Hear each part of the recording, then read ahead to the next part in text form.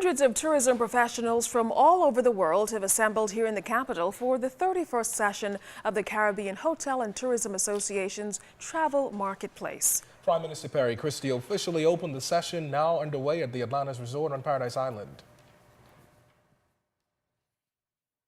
It's the second consecutive year the country is hosting Caribbean Marketplace, which has brought more than 1,200 delegates to the Bahamas. And aside from the traditional supporters, for the first time, the event has attracted buyers from Belgium, France, Switzerland, and Poland. Caribbean Hotel and Tourism Association President Richard Dumang says he's optimistic about the future of the Caribbean. We are still very proud of the numbers and the support and the participation of our partners, both our tour operators, our allied members, and our strategic partners. We are on pace to surpass our numbers here at Atlantis of last year. We have scheduled, I believe, over 15,000 business appointments will be transacted during the course of the next 2 days. And all the challenges are great, so are the opportunities.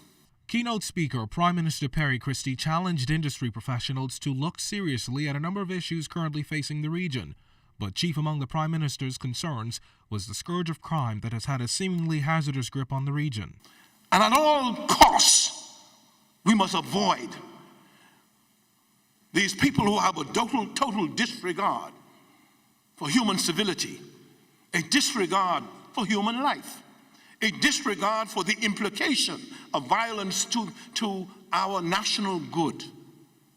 We must not compromise in this area, because we will live to regret it. The Prime Minister and others described the tourism industry as a value-driven marketplace, causing countries in the region to remain on the competitive edge. And considering this, the Bahamas is doing all it can to attract more visitors by offering more value for their dollar. He advised regional counterparts to do the same. Another pressing issue the Prime Minister highlighted is the costly and inadequate transportation services provided by national, regional, and international airlines. Notwithstanding the current challenging economic times, we shall have to be resolute, we shall have to be creative in finding workable solutions, in providing efficient and affordable airlift into as many markets as possible. The Department of Civil Aviation, in conjunction with the Organization of American States and the American Committee Against Terrorism and the U.S. Transportation Security Administration, are hosting an Aviation Security Excellence in Screening Techniques course for airport security personnel here in the capital and 19 others from around the Family Islands. Chargé d'Affaires John Dinkelman commented on how increasingly important it is for the Bahamas to remain on the cutting edge of security. Given the nature of air traffic between the United States and the Bahamas, there is no one single transportation issue that matters more than the continued safety and efficacy of the way in which screening can be done between the United States and the Bahamas. If but for the fact that we have one of those unique pre-clearance operations that allows for Bahamians reasonably free access to the United States with only a passport and a police certificate, it's critical that we maintain this. And this training today here in Nassau allows people not only from New Providence but from throughout the country to learn better the skills necessary in a increasingly difficult environment to make sure that the Bahamas remains on the cutting edge, and that those who would do either of our nations harm decide that perhaps this is not the place to try anything wrong. Minister of State in the Ministry of Transport and Aviation Hope Strawn and Program Manager Siobhan Comer both said that this type of training is essential to avoid the country's entry points becoming vulnerable. It's important for us as a nation, not only in terms of securing our people, but also to our tourism product. We have to ensure that people are comfortable and confident that we have secure airports and that we do all we can to keep ourselves current to ICAO standards, because you know, again, the civil aviation industry is policed very, very heavily by ICAO. And so we have to ensure that we always maintain our standards so that we are always certified by those bodies. particularly in this course, we hope that as a result of it, the participants that are here from the different family island airports will have an increased knowledge in screening techniques that are used all over the world in airports, but in compliance with the standards and practices of the International Civil Aviation Organization, which is the benchmark that all of the airports must meet. So we're hoping that when they leave here, they'll be able to have increased, I guess, awareness of how to detect improvised explosive devices and any other weapons that shouldn't get on an aircraft. The search for the next primary school student of the year is on. It's the premier annual national ceremony where students nominated from across the nation hope to walk away with the coveted title. Education Minister Jerome Fitzgerald encouraged all primary school principals to ensure that they have a representative in the running. He lauded the directors of the Primary School Student of the Year Foundation for their commitment to teaching students about the importance of being well-rounded.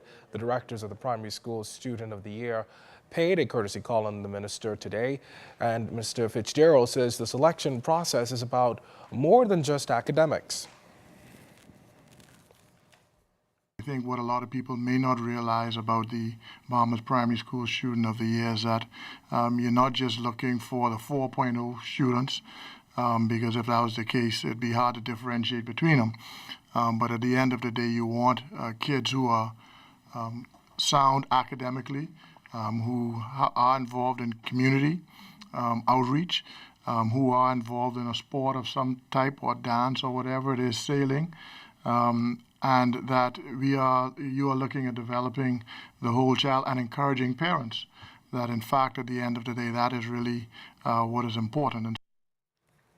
The Big Harvest Community Sunday School hosted its annual Rally in the Alley event yesterday, geared toward expanding and propelling the positive work of the at-risk and underprivileged youth in the area. The event also provided an opportunity for participants in Baintown to thank all of the groups and organizations which helped the Sunday School project over the years. Prime Minister Perry Christie brought remarks at the event, commending organizer John Ferguson for his dedication to the project and to the nation's youth. But my sense of Christian charity is it has no borders, and that we ought not to be insecure or nationalistic to the point where those of you who would want to come in and see the effort being made here and feel that you should significantly contribute to it. I encourage that. You are doing good work for a lot of potentially good children in this country. And I say potentially good now because as they grow up, the challenges that they will be confronted by, choices they're going to have to make, is going to be very, very tempting and difficult for them. And the community must stay with them. This church Sunday school must stay with them because they are not, you see how young they are. They are very vulnerable in the state they are. MP for Bain and Grantstown, Dr. Bernard Nottage, noted the impact that Sunday school has had on the lives of many, and he says it's a framework for Christian values. So many negative things to say about our young people, and I believe if we can just keep young people like these with the same values, and if they grow up this way, then we can change all of the negative things, or many of the negative things that our country faces today. So Mr. Ferguson, and to you and all of those who have helped you, either by teaching the children or by making a donation of any kind to the work that you're doing, I want to congratulate you and I want to thank them. Coming up, international tennis hits the spotlight. And the winners from this weekend's Marathon Bahamas. That and a whole lot more in the Bahamas Tonight in HD. We'll be right back.